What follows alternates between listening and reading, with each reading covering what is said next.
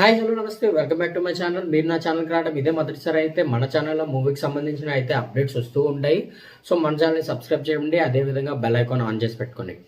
ఇక లెట్ చేయకుండా వీడియోలోకి అయితే వెళ్ళిపోదాం. ఈ వీడియోలో ఏంటంటే సుకుమార్ గారి కూతురు మెయిన్ రోల్గా యాక్ట్ చేస్తున్న గాంధీతాత చెట్టు మూవీ ట్రైలర్ అయితే రిలీజ్ అయింది. ఈ ట్రైలర్ రిలీజ్ అయ్యి చాలా రోజులు అవుతుంది.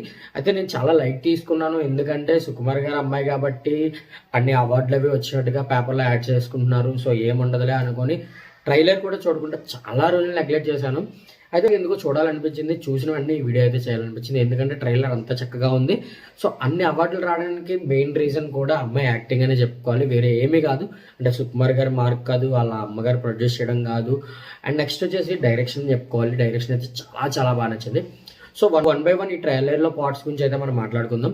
మెయిన్ ఏంటంటే వాళ్ళ అమ్మగారు తబిత గారే ఈ మూవీకి అయితే ప్రొడ్యూసింగ్ చేయడం అయితే జరిగింది. మైత్రి మూవీ మేకర్స్ అయితే దీన్ని మేకింగ్ చేయడం అయితే జరిగింది. సో చాలా చాలా పెద్ద సంస్థ, చాలా చాలా మంచి మంచి సినిమాలు చూసాము.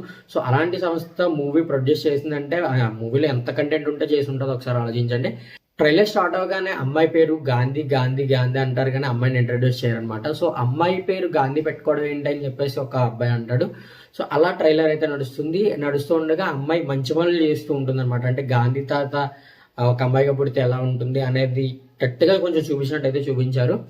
పాయింట్ నాకు చాలా చాలా బాగా నచ్చింది అనమాట. ట్రైలర్ రన్ అవుతుంటే మూవీ దేనికోసం తీశారు అన్నది కూడా పాయింట్ క్లియర్ గా అయితే మెన్షన్ చేశారు. ఈ అమ్మాయి వాళ్ళ తాతకైతే మాటిస్తుంది ఆ చెట్టుని కాపాడుతానని చెప్పేసి. టైటిల్ కూడా ఉందన్నమాట. టైటిల్లో కూడా గాంధీ తాత చెట్టు. ఈ అబ్బాయి గాంధీ తాత సో క్యారెక్టర్ ఇన్వాల్వ్ అయ్యి చేస్తుంది. సో అదే విధంగా చెట్టు కోసం ఈ మూవీ అంతా ఉంటుందంటే క్లియర్గా చెప్పాలి. అదే ట్రైలర్లో కూడా చూపించారనమాట. చెట్టు గురించి అయితే అమ్మాయి కష్టపడుతుంది, చెట్టుని కాపాడడానికి అయితే చూసుకుంటుందని. సో తాతకైతే ఈ చెట్టుని బాగా చూసుకుంటానని మాటిస్తుంది. కొంతమంది పెద్దవాళ్ళు వస్తారు, ఈ భూములు మొత్తం అమ్మేయండి, మేము తీసుకుంటాము, ఎక్కువ ప్రైస్గా తీసుకుంటాం అంటారు. సో రైతులకు ఉండే కష్టాలు తెలుసు కదా, భూమిని అమ్మడానికి చూస్తారు.